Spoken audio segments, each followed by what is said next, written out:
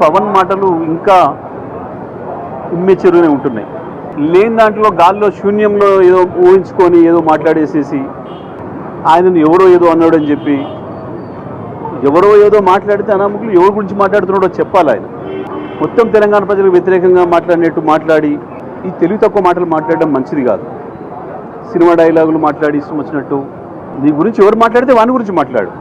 తెలంగాణ ప్రజలు మీకు బోవ పెట్టారు, తెలంగాణ ప్రజలే మిమ్మల్ని జాదిండ్రు. ఇవాళ మీ పెరుగుదలలో మీ ఎదుగుదలలో ప్రతి ఇంచు తెలంగాణ ప్రజల దయ, తెలంగాణ ప్రజల దాక్షిణ్యం. మీరు దాన్ని వదిలిపెట్టి ఎవరో ఏదో అన్నాడని చెప్పి అసలు ఇవన్నీ చూస్తే మనకు అనిపిస్తుంది వీళ్ళిద్దరూ మ్యాచ్ ఫిక్సింగ్తో ప్రజల్ని మోసం చేస్తున్నారు.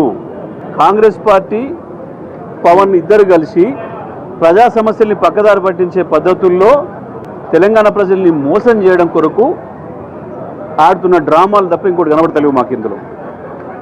ఎందుకంటే ఎవడు బాధ్యత కలిగినోడు పడగలి. ప్రభుత్వం ఒకవేళ అనుమతి చేయకపోతే ప్రభుత్వం చేతకంటాను. ఆఫ్టర్గా పవన్ కళ్యాణ్ వస్తే మీటింగ్ పెట్టుకుంటే శాంతి భద్రతల సమస్య వస్తుందా? ఏం తెలివి తక్కువతనం ఇది? ఇక ఒక రాష్ట్రానికి ఆపడం అనేది ఏమంతో కాదు. ఇక ట్రంప్ ఇన్ని ఆంక్షలు పెట్టినా అక్కడికి అవతలేరిపోతూనే ఉన్నారు. ఈ తెలంగాణ నుంచి ఆంధ్ర నుంచి తెలంగాణ పోవడానికి ఎవడెవడిని ఆపలేడు. కానీ ఎవడు ఆపినోడు కూడా లేడు. ఇది కావాలని చెప్పి ఇవాళ ఈ రాష్ట్రంలో ఉన్న సమస్యలు, రైతుల సమస్యలు, యువకుల సమస్యలు, నిరుద్యోగ సమస్యలు, విద్యార్థుల సమస్యలు, హాస్పిటల్ సమస్యలు, వీటన్నిటి నుంచి పక్కదారి పట్టించడం కొరకు ఆడుతున్న డ్రామా తప్ప ఇంకొకటి లేదు ఇక్కడ. ఇంకొకటి ఆయన ఇంకో తెలివి తక్కువ మాట మాట్లాడాడు. మరి ఆయనకు రాష్ట్రాల ఏర్పాటు గురించి తెలియదు. పెద్ద పెద్దోళ్ళే తప్పు మాట్లాడంగా ఆయన మాట్లాడడాన్ని పెద్దని తప్పు అనుకోవడం లేదు. ఎందుకంటే ఆయనకు ఉండే జ్ఞానం గంతే. రాష్ట్ర ఏర్పాటు ప్రక్రియ పార్లమెంట్ నుంచే రావాలి, పార్లమెంట్ నుంచే వచ్చింది.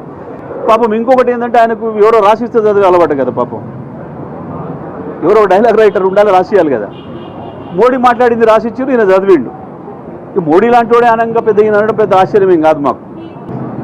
కానీ నేను ఇది చేస్తా అది చేస్తా ఎందుకు పీకుతా ఈకుతా నరుకుతా అని పిచ్చి మాటలు బంద్ చేసుకోవాలి ఎవరైనా రాజకీయాలలో. ఎవరిని ఎవడు పీకలేడు, ఎవరిని ఎవడు ఆపలేడు, ఎవరిని నడపలేడు. అందరిని భవిష్యత్తు నిర్ణయించేది ప్రజలు. అందరూ తలరాత రాసేది పొలిటికల్ లీడర్లది ప్రజలు, పార్టీలది తలరాతలు రాసేది ప్రజలు. వాళ్ళ గురించి మాట్లాడేటప్పుడు జాగ్రత్త మాట్లాడుకోవాలి. ఏమైందని ఇంత పొడుగు ఆవేశపడి ఏందేందో మాట్లాడిండు. ఎవడు ఆపిండు? ఆపితే కోర్టు నుంచి తెచ్చుకున్న సందర్భాలు ఉన్నాయి మస్తుగా.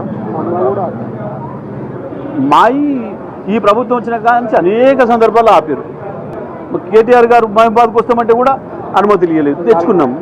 నల్లగొండకు వస్తానంటే కూడా అనుమతి ఇవ్వలేదు, తెచ్చుకున్నాం. ఇవాళ వచ్చిండు కదా. ఏముంది?